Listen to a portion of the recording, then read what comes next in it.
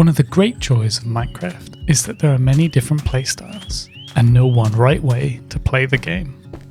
Take myself for example. I've never really got into villager trading in this game. In previous series, I've had a mending villager and maybe one or two for golden carrots, but mostly I've stayed away from large-scale villager trading and prefer just to gather the resources myself. But since we are converting our island into a lovely little village, it would make sense to start using villagers more.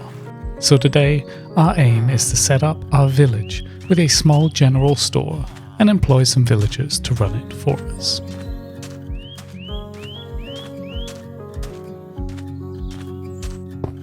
While doing research for this village and looking at a lot of different seaside villages around Scotland, one thing that catches my eye is the rows and rows of waterfront buildings that they all seem to have.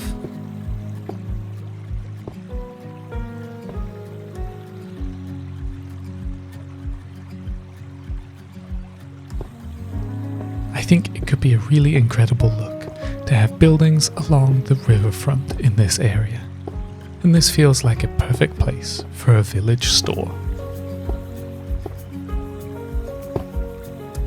Most of the villages will have a road or pathway running along the water, with buildings a little bit set back from it, and that is what I'm going to try and recreate here.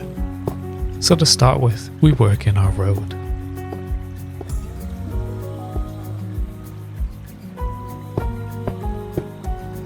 For the roads in this village itself, I want to work in with different grayscale blocks, the main block of which will be andesite, but I will also have some stone variants throughout to give some texture, adding in stone bricks as well as slabs for height.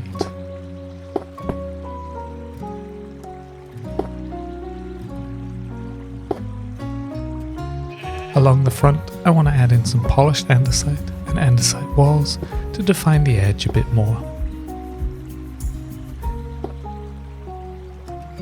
And these walls are a perfect place to add in some lighting. So similar to our first build, here we add some dark oak fences, slabs, trapdoors, and a few soul lanterns on top to give this area a little light.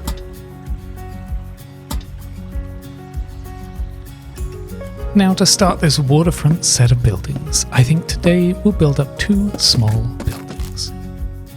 Sticking to a similar block palette to our other house on the island, with birch and mud bricks for the walls, and mangrove and deep slate for the roof.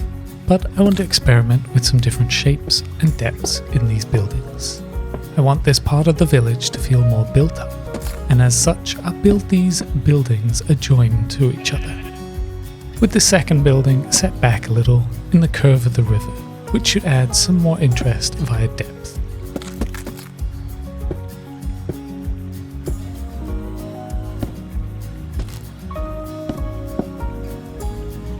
Again, like the other house, I'm going to add in mud bricks to symbolize the brickwork under the birch facade that has fallen off over time. As this should be a shop, I'm going to add a big window on the front with a mangrove trim above it, trying to create almost a shop sign.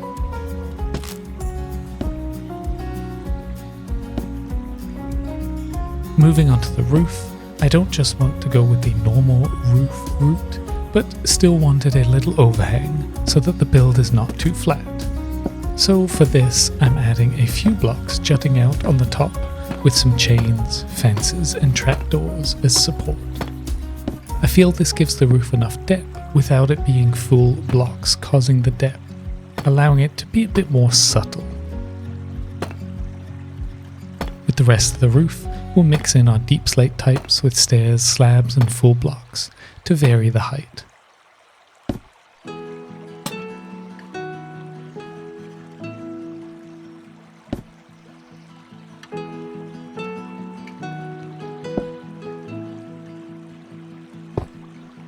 For detailing, I've added in some tables on the outside of each building for the owners to show off their goods.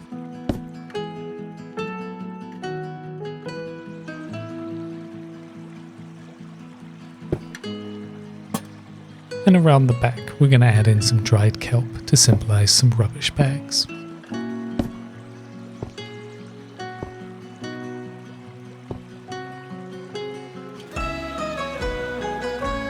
And finally, we'll add a shared chimney for the both builds, out of stone and campfires.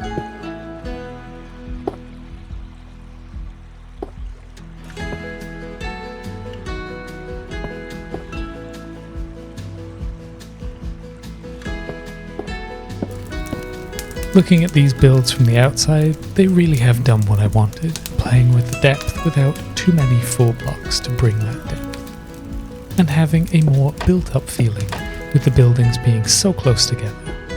But a build is not just the outside, and we also need to work on an interior and get some villagers.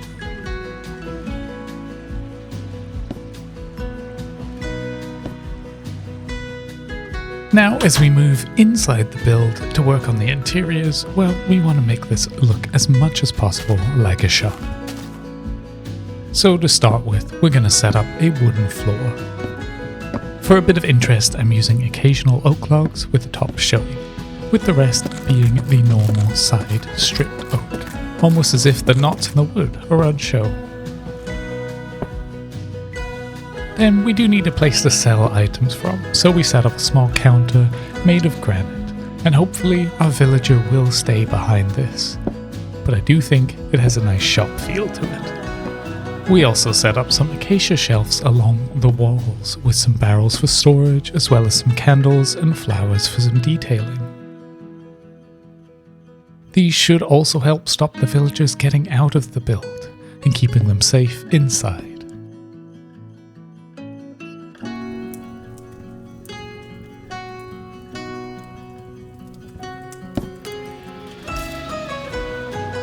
Finally, we move on to the second floor, and here we want to add a wooden floor with some carpets, a couple of beds for our villagers, some more storage and some bookshelves, as well as a railing to try and stop the villagers jumping down the stairs and hurting themselves.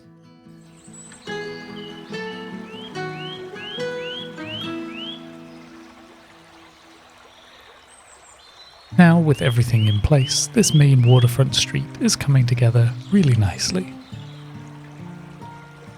I am very happy with how these builds have come out, especially the different roof style.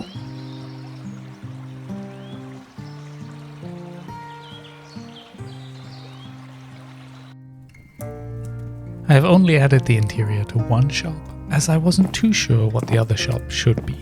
So let me know in the comments below what you reckon that second shop should be.